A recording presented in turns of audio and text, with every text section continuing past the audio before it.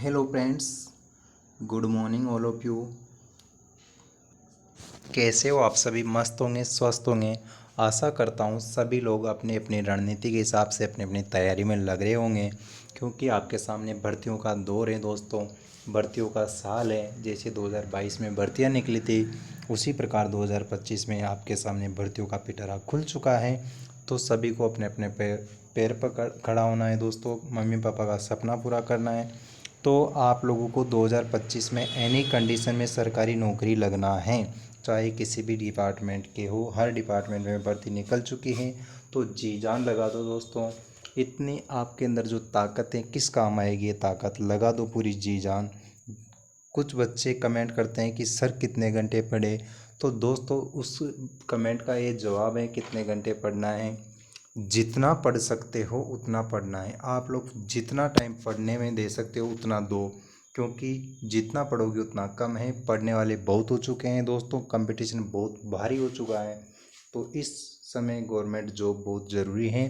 बिना किसी देरी के आज का सेशन शुरू करते हैं। मैं लगातार आप लोगों के लिए बीएसटीसी की क्लासें ला रहा हूँ दोस्तों। चतुर्थ श्रेणी कर्मचारी के लिए भी क्लासें इंपॉर्टेंट हैं। और मैंने हिंदी की शानदार क्लास डाली थी, आप लोगों ने नहीं देखी हो तो आप लोगों को देख लेनी चाहिए। राजस्थान जीके की प्लेलिस्ट बनी हुई है, उसको भी देख लेना चाहिए। बिना किसी देरी के आज की क्लास में राजस्थान जियोग्राफी, इतिहास और कला संस्कृति सभी के सामूहिक रूप से आपको क्वेश्चन मिलने वाले हैं दोस्तों। तो देखिए, आज की क्लास का पहला क्वेश्चन है आपके सामने। हस्तकला वाला जो टॉपिक है आपके सिलेबस में, वहाँ से लिया है दोस्तों मैंने। ऊंट की खाल पर स्वर्ण मीनाकारी का कार्य कहलाता है। वेरी वेरी इंपॉर्टेंट है दोस्तों, एग्जाम में पूछा गया क्वेश्चन है। तो ऊंट की खाल पर जो सोने की चित्रकारी की जाती है, उसको किस नाम से जाना जाता है? थेवा कला, बादला, उस्ता कला या ब्लू पोट्री? दोस्तों, थेवा कला कहाँ की प्रसिद्ध है? अच्छा क्वेश्चन बनता है। तो थेवा कला है जो प्रतापगढ़ की प्रसिद्ध है दोस्तों। प्रतापगढ़ का सोनी परिवार थेवा कला के लिए प्रसिद्ध माना जाता है दोस्तों। बादला क्या है? दोस्तों, जो बादला है, जस्ते की पानी की बोतल होती है, उसको बादला कहा जाता है। जोधपुर की प्रसिद्ध है। उस्ता कला बीकानेर की है। और ब्लू पोट्री आपके जयपुर की प्रसिद्ध है दोस्तों। ब्लू पोट्री क्या होती है? चीनी मिट्टी के बर्तनों पर नीले रंग की कसी जो कलाकारी करना, उसको ब्लू पोट्री के नाम से जाना जाता है दोस्तों। जो चीनी मिट्टी, जिसे आप चाय का कप होता है जिसमें चाय पीते हो, उस पर नीले रंग की चित्रकारी करना ब्लू पोट्री कहलाता है, जो कि जयपुर का प्रसिद्ध है। तो ऊंट की खाल पर सोने की चित्रकारी करना उस्ता कला कहलाता है दोस्तों। इस क्वेश्चन का सही जवाब हो जाएगा आपके सामने सी नंबर ऑप्शन। दोस्तों, कुछ बच्चे होते हैं जो कि पता नहीं क्लास को लाइक नहीं करते हो, क्यों नहीं, कि उनको क्या लगता है कि लाइक करने से क्या हो जाएगा। दोस्तों, लाइक करने से कुछ नहीं होगा। मेरा मनोबल बढ़ता है कि जब आप क्लास लाइक करते हो तो आपको क्लास अच्छी लग रही है, इसलिए लाइक कर रहे हो। फिर मेरा जोश बढ़ता है, तो मैं उसी कड़ी में मैं आपके लिए क्लास लाता हूँ। तो लाइक कर दिया करो, और चैनल पर नए हो तो सब्सक्राइब भी कर लिया करो। आप लोग कर ही दिया करो। अपने कोई साथी तैयारी कर रहा है तो उसके साथ शेयर भी करना आपका फ़र्ज़ बनता है दोस्तों। पैसे तो मैं ले नहीं रहा हूँ, आपके भी नहीं लग रहे पैसे। तो उस क्वेश्चन का सही जवाब हो जाएगा सी नंबर ऑप्शन। और नेक्स्ट क्वेश्चन की तरफ बढ़ते हैं दोस्तों। गोरा बादल महल तथा नवलखा बुर्ज कहाँ पर स्थित है? राजस्थान के प्रमुख दुर्ग आपके सिलेबस में है। अगर हो सके तो राजस्थान के प्रमुख दुर्ग की मैं स्पेशल क्लास करवाने की सोच रहा हूँ दोस्तों। अगर आप लोगों को ज़रूरत है, लगता है कि हाँ सर करवा देनी चाहिए, तो कमेंट बॉक्स में लिखना कि किस किस को ज़रूरत है राजस्थान के प्रमुख दुर्ग की क्लास लाना चाहिए। तो यहाँ से मैंने क्वेश्चन लिया है, राजस्थान के जो प्रसिद्ध दुर्ग हैं, तो गोरा बादल महल और नवलखा बुर्ज कौन से दुर्ग में स्थित हैं? रणथंभौर दुर्ग, जालोर दुर्ग, चित्तौड़गढ़ या कोमलगढ़? रणथंभौर दुर्ग सवाई माधोपुर में स्थित है दोस्तों। रणथंभौर का नाम लेते ही मेरे को बहुत दुखद घटना याद आ गई दोस्तों, जो कि कल की घटना है। कुछ 7 वर्षीय बालक की वहाँ पर डेथ हो चुकी है दोस्तों। कैसे हुई? तो अपने चाचा और दादा दादी के साथ रणथंभौर गणेश जी की यहाँ निमंत्रण देने गए थे, क्योंकि उसके चाचा का विवाह आने वाला था मई में। तो जब गणेश जी के यहाँ निमंत्रण देने गए, तो बच्चे को उनके दादा दादी के सामने ही टाइगर पकड़ कर ले गया दोस्तों। बहुत दुखद घटना। जब मैं इसको पढ़ रहा था तो मेरी आंखों में भी आंसू आने लग गए थे। टाइगर छीन कर ले गया 7 वर्षीय बच्चा, मासूम बालक था दोस्तों। आप लोगों ने आज का अखबार पढ़ा होगा तो उसमें ज़रूर पढ़ा होगा, तो आप लोगों को भी इस प्रकार की जानकारी होनी चाहिए। रणथंभौर त्रिनेत्र गणेश का वहाँ पर मंदिर है। तो ये गोरा बादल महल और नवलखा बुर्ज कहाँ पर स्थित है, ये क्वेश्चन का आंसर देखिए दोस्तों। चित्तौड़गढ़ दुर्ग में गोरा बादल महल और नवलखा बुर्ज स्थित दोस्तों। रणथंभौर सवाईमाधोपुर में जालोर दुर्ग जालोर में स्थित है दोस्तों। इसको जब जीत लिया गया था अलाउद्दीन खिलजी के द्वारा तो इसका नाम जलालाबाद कर दिया था और कमालुद्दीन गुरु को यहाँ का प्रशासक नियुक्त कर दिया गया था दोस्तों। कुंभलगढ़ दुर्ग की बात करूँ दोस्तों तो 36 किलोमीटर इसकी दीवार की लंबाई है, राजसमंद जिले में स्थित है दोस्तों। कुंभलगढ़ दुर्ग के बारे में अबुल फजल ने कहा था कि यह दुर्ग इतनी बुलंदी पर स्थित है कि नीचे से ऊपर देखने पर सिर की पगड़ी नीचे गिर जाती है। ये लाइनें कही गई थी दोस्तों कुंभलगढ़ के बारे में। और कुंभलगढ़ वैसे भी इम्पोर्टेंट हो जाता है क्योंकि आपके वीर शिरोमणि महाराणा प्रताप का जन्म भी कुंभलगढ़ दुर्ग में हुआ था। कुंभलगढ़ के कटारगढ़ में जूनी कचहरी नामक स्थान पर 9 मई 1540 को वीर शिरोमणि महाराणा प्रताप का जन्म भी यहीं पर हुआ था। तो इस क्वेश्चन का तो सही जवाब हो जाएगा सी नंबर ऑप्शन। अगला क्वेश्चन देखिए दोस्तों, जैसे क्वेश्चन बीएसटीसी में पूछे जाते हैं उसी को ध्यान में रखते हुए मैं हर सब्जेक्ट से क्वेश्चन लेकर आया हूँ। भारतीय संविधान का प्रारूप किसने तैयार किया? वेरी वेरी इंपॉर्टेंट है दोस्तों। 2 वर्ष 11 माह 18 दिन भारतीय संविधान को बनने में लगे थे दोस्तों। तो भारतीय संविधान का जो प्रारूप है वो किसके द्वारा तैयार किया गया था? वेरी इंपॉर्टेंट क्वेश्चन है दोस्तों। BN Rao, Mahatma Gandhi, KM Munshi, doctor Rajendra Prasad. दोस्तों आपके सामने BN राव के द्वारा भारतीय संविधान का प्रारूप तैयार किया गया था, जबकि प्रारूप समिति अलग है। प्रारूप समिति के अध्यक्ष कौन थे? तो बाबा साहेब भीमराव अंबेडकर प्रारूप समिति के अध्यक्ष थे। अध्यक्ष सहित प्रारूप समिति में 7 सदस्य थे दोस्तों। और KM मुंशी हैं जो प्रारूप समिति में, मूल प्रारूप समिति में एकमात्र कांग्रेसी सदस्य थे दोस्तों। KM मुंशी आप लोगों को याद होने चाहिए। और 7 सदस्य के नाम याद होना चाहिए। प्रारूप समिति के अध्यक्ष थे डॉक्टर राजेंद्र प्रसाद। तो इस क्वेश्चन का सही जवाब हो जाएगा क्या? A number option. एक अच्छा क्वेश्चन यहाँ से में बनता है कि जो भारतीय संविधान है दोस्तों, तो ये इसकी प्रति 3 लिपियाँ हैं इसकी। एक तो इंग्लिश की, हिंदी की, एक चित्रकारी। तो इंग्लिश प्रतिलिपि किसने लिखी थी दोस्तों? इंग्लिश लिखी थी आपके प्रेम बिहारी नारायण रायजादा ने। वेरी इंपॉर्टेंट है दोस्तों। प्रेम बिहारी नारायण रायजादा के द्वारा भारतीय संविधान की इंग्लिश प्रति लिखी गई थी। हिंदी प्रति किसके द्वारा लिखी गई थी? तो बसंत कृष्ण वैद्य के द्वारा हिंदी प्रति लिखी गई थी। बसंत कृष्ण वैद्य। आप कहेंगे सर कैसे याद करें? तो इंग्लिश मतलब प्रेम का इजहार इंग्लिश भाषा में किया जाता है, आप सब लोग जानते ही हो। सबसे पहले क्या बोला जाता है? वो प्रेम का इजहार इंग्लिश में। और हिंदी, बसंत ऋतु हिंदी महीनों में आती हैं, तो बसंत ऋतु हिंदी की ऋतु है, इसको बसंत से हिंदी में याद रख लेना आप लोग। तो याद करवाने की मैं गारंटी दे रहा हूँ, BSTC में गारंटी से बोल रहा हूँ। 500 प्लस नंबर दिलाने की मेरी गारंटी है। बस आप लोग जुड़ जाइए, लगातार बने रहिए। किस लोक देवता की फड़ सर्वाधिक लोकप्रिय? वेरी इंपॉर्टेंट है। सर्वाधिक लोकप्रिय फड़ किनकी हैं? देवनारायण जी की, मीराबाई की, या रामदेव जी की, बाबू जी की। दोस्तों सर्वाधिक लोकप्रिय फड़, दोस्तों सर्वाधिक लोकप्रिय फड़ पूछी है किस लेख देवता की हैं? तो बाबूजी की फड़ सर्वाधिक लोकप्रिय है। रावण हत्ता वाद्य यंत्र के साथ इनकी फड़ का जो बोफे जाति के जो लोग होते हैं उनके द्वारा वाचन किया जाता है। जो बाबा रामदेव जी की मैं बात करूं तो ये इम्पोर्टेंट इसलिए हो जाते हैं दोस्तों क्योंकि बाबा रामदेव जी के जो मेघवाल जाति के जो भक्त हैं उनको रिखिया के नाम से जाना जाता है दोस्तों। रिखिया। और इनकी जो 5 रंगों की जो ध्वजा होती है उसको नेजा कहा जाता है दोस्तों। और बाबा रामदेव जी के जो मंदिर में जो रात्रि जागरण होता है उसको जम्मा जागरण के नाम से जाना जाता है। और इनके प्रतीक चिन्ह को पगलिया के रूप में पूजा जाता है। तो राजस्थान के लोक देवता की मैंने स्पेशल क्लास डाल रखी है, अगर नहीं देखी हो तो देख लीजिए दोस्तों, क्योंकि शानदार क्लास करवाई है। आप लोग क्या है देखते नहीं हो क्लासों को, तो इसको भी लाइक कर दो, उनको भी देख लो, उनको भी लाइक और शेयर ज़रूर करना। सारण की पहाड़ी किस जिले में स्थित है? वेरी इंपॉर्टेंट क्वेश्चन है। सारण की पहाड़ी कौन से जिले में है? झुंझुनू में, सीकर में, पाली में या सिरोही में? सारण की पहाड़ी पाली जिले में स्थित है। जो दोस्तों राजस्थान में अरावली पर्वतमाला की मैं बात करूं तो अरावली पर्वतमाला की कुल लंबाई कितनी है? 692 किलोमीटर। राजस्थान में अरावली पर्वतमाला की बात करें तो 550 किलोमीटर। अरावली की सबसे ऊंची चोटी, दोस्तों अच्छे क्वेश्चन फैक्ट बता रहा हूँ तो इनको ध्यान से सुन लीजिएगा, यहाँ से ही क्वेश्चन मिल जाएंगे आपके एग्जाम में। तो अरावली की सबसे ऊंची चोटी पूछे तो गुरु सीकर अरावली की सबसे ऊंची चोटी है। और उत्तरी अरावली की सबसे ऊंची चोटी पूछे तो रघुनाथगढ़ जिसकी ऊंचाई है 1055 मीटर। मध्य अरावली की सबसे ऊंची चोटी मोरारजी टोडगढ़ है दोस्तों।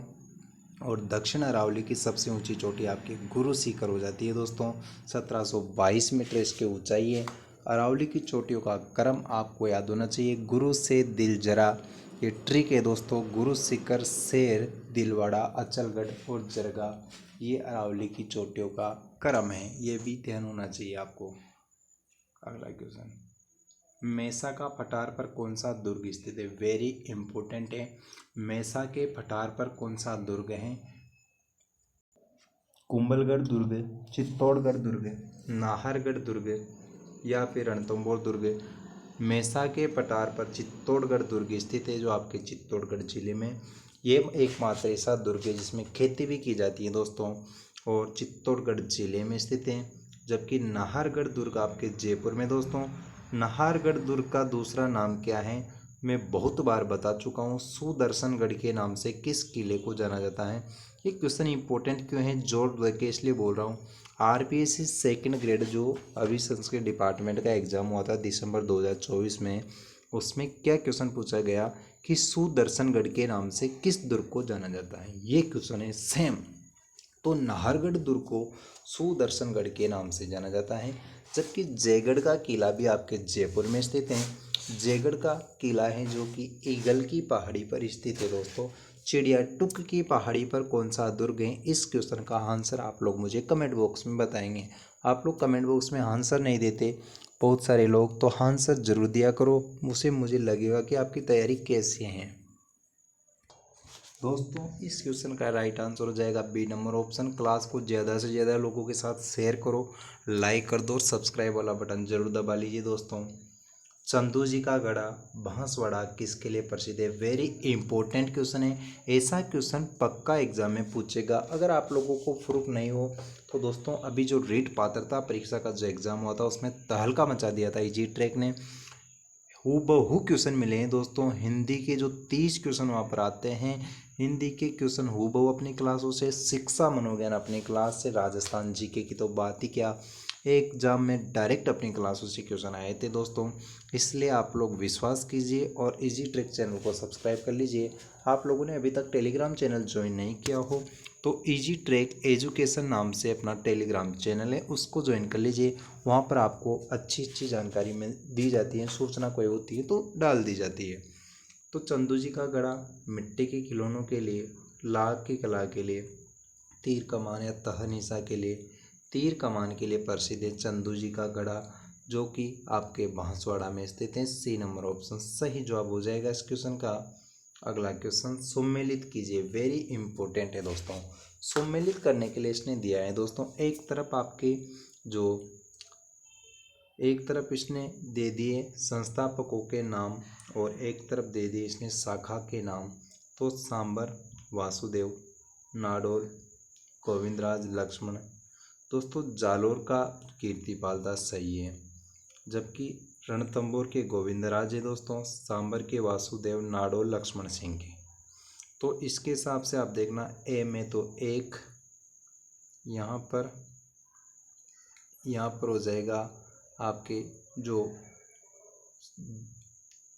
1 3 2 4, इस क्वेश्चन का राइट आंसर हो जाएगा इस हिसाब से 1 नंबर ऑप्शन 1 3 2 4। बढ़ते हैं नेक्स्ट क्वेश्चन की तरफ। इनमें से कौन सी चित्रकला, दोस्तों चित्रकला शैली से भी अच्छे क्वेश्चन एग्जाम में पूछे जाते हैं आजकल। तो चित्रकला शैली के क्वेश्चन देखिए, हाड़ौती स्कूल के अंतर्गत जो आपके बूंदी शैली जो आती हैं दोस्तों, तो बूंदी शैली किसके लिए प्रसिद्ध है? अच्छा क्वेश्चन है दोस्तों। एक तो या तो वो 2 या 3 चित्रकारों के नाम दे देता है और यूँ पूछता है कि इनका संबंध किस चित्रकला की किस स्कूल से या किस शैली से है। तो बक्साराम, नंदराम इनका ज़्यादातर पूछा गया है, तो अलवर शैली से इनका संबंध है दोस्तों। जबकि जो आपके बूंदी शैली जो हैं ये किसके लिए प्रसिद्ध है? तो पशु पक्षियों की अधिकतम चित्रण के लिए प्रसिद्ध है दोस्तों बूंदी चित्रशैली। यहाँ पर चित्रशाला भी स्थित है, तारागढ़ दुर्ग स्थित है दोस्तों बूंदी में, एक तारागढ़ किशनगढ़, आपके एक तारागढ़ तो अजमेर में, एक बूंदी में है। दोस्तों मैं पूछूं शिकार के लिए प्रसिद्ध चित्रशैली कौन सी है? तो शिकार के लिए प्रसिद्ध चित्रशैली है कोटा चित्रशैली। इसमें राव उमेद सिंह के शिकार करते हुए चित्र दर्शाए गए हैं। बढ़ते हैं नेक्स्ट क्वेश्चन की तरफ। 13 ताली नृत्य किस लोक देवता को समर्पित है? स्टार लगा लो दोस्तों, गारंटी के साथ बोल रहा हूँ, हूबहू क्वेश्चन छपेगा बीएसटीसी के पेपर में। यहाँ से बीएसटीसी की कर रहे हो चाहे पीटीटी की चाहे 4th ग्रेड की, तीनों में काम आने वाली है आज की क्लास। और हिंदी की क्लास आप लोग देख लेना एक बार, कितनी भयंकर शानदार क्लास बनाई हुई है मैंने। तो 13 ताली जो नृत्य हैं किस लोक देवता के समर्पित है? गोगा जी को, रामदेव जी को, बाबू जी को या देवनारायण जी को? गोगा जी की जो मैं बात करूँ तो गोगा जी का संबंध है ददरेवा, चूरू में इनका जन्म हुआ था दोस्तों। गोगा नवमी के दिन, भाद्रपद कृष्ण नवमी के दिन गोगा नवमी मनाई जाती है। तो एक क्वेश्चन बन गया, गोगा नवमी कब मनाई जाती है? भाद्रपद कृष्ण नवमी के दिन गोगा नवमी मनाई जाती है, क्योंकि त्यौहार आपके सिलेबस में, प्रमुख मेले आपके सिलेबस में, कला संस्कृति से अच्छे क्वेश्चन बनते हैं दोस्तों आपके एग्जाम में। अगर आप चाहो तो पूरे में से पूरे क्वेश्चन सही कर सकते हो, कला संस्कृति के, इतिहास भी कर सकते हो। 50 में से बोल रहा हूँ, अगर आप ढंग से पढ़ लो तो 40 क्वेश्चन तो यूँ सही कर दो जीके वाले पार्ट से। तो 13 ताली नृत्य बाबा रामदेव जी की आराधना में किया जाता है दोस्तों। इस क्वेश्चन का सही जवाब हो जाएगा बी नंबर ऑप्शन। बाबू जी का संबंध कोलूमंड जो पूछ रहे हैं, देवनारायण जी आसिंद भीलवाड़ा से। अगला क्वेश्चन, एक तरफ इसने माता का नाम दे दिया, एक तरफ जिले का नाम। इस प्रकार से एग्जाम में क्वेश्चन पूछने का आजकल ट्रेंड चल गया है दोस्तों, ट्रेंड ही बोलोगे इसको। तो एक तरफ तो लोक देवी का नाम और एक तरफ जिले का नाम। आवरी माता चित्तौड़गढ़ में, ब्राह्मणी माता बारा में, नारायणी माता अलवर में, जिलानी माता बाड़मेर में। दोस्तों आवरी माता बिल्कुल चित्तौड़गढ़ में है, ब्राह्मणी माता सोरसेन बारा में। एकमात्र देवी जिसकी पीठ की पूजा की जाती है वो है ब्राह्मणी माता। नारायणी माता आपके अलवर में है, नाई समाज की कुल देवी। जबकि जिलानी जो माता हैं ये आपके बहर और अलवर में स्थित हैं। तो ये असंगत युग में है, डी नंबर ऑप्शन इसका सही जवाब हो जाएगा। बढ़ते हैं नेक्स्ट क्वेश्चन की तरफ। ये अच्छा क्वेश्चन है, ऐसे कथन पक्का है ऐसा क्वेश्चन पूछना। एग्जाम को पैटर्न को ध्यान में रखे हुए क्लास बनाइए दोस्तों। तो आप लोग तरीके से क्लास को भले ही 2 बार देख लीजिए, लेकिन यार दोस्तों लाइक तो बनता है और सब्सक्राइब भी बनता है। आप लोगों के लिए लगातार क्लासेस डाल रखी हैं बीएसटीसी की, चाहे आप प्लेलिस्ट में जाकर देख लो। तो यह दुर्ग बख्तर बूंदे बख्तर बंद हैं, बाकी सब दुर्ग नंगे हैं। यह कथन किस दुर्ग के लिए कहा गया है? वेरी वेरी इंपॉर्टेंट है। तो कोमलगढ़ के लिए, रणथंबोर के लिए, चित्तौड़गढ़ या तारागढ़ के लिए? तो यह कथन रणथंबोर दुर्ग के लिए कहा गया है कि यह दुर्ग बख्तर बंद हैं, बाकी सब दुर्ग नंगे हैं। तो इस क्वेश्चन का राइट आंसर हो गया बी नंबर ऑप्शन। अगला क्वेश्चन, वीर कल्लाजी राठौड़ के गुरु कौन थे? वेरी वेरी इंपॉर्टेंट है। वीर कल्लाजी राठौड़ के गुरु बालीनाथ जी, उगम सिंह भाटी, गुरु गोरखनाथ या गुरु भैरवनाथ जी? तो गुरु भैरवनाथ जी इस क्वेश्चन का राइट आंसर हो जाएगा, डी नंबर ऑप्शन सही जवाब हो जाएगा आपके सामने। अगला क्वेश्चन, मेणा जनजाति के आराध्य देवता कौन से हैं? तो जनजाति आपके सिलेबस में है। मेणा जनजाति में मुखिया को पटेल के नाम से जाना जाता है, आपको याद होना चाहिए, क्वेश्चन पूछता है एग्जाम में। इस क्वेश्चन का राइट आंसर हो जाएगा डी नंबर ऑप्शन। दोस्तों मिलते हैं अगली क्लास में। सेशन अच्छा लगा हो तो लाइक करो, शेयर करो। Thank you.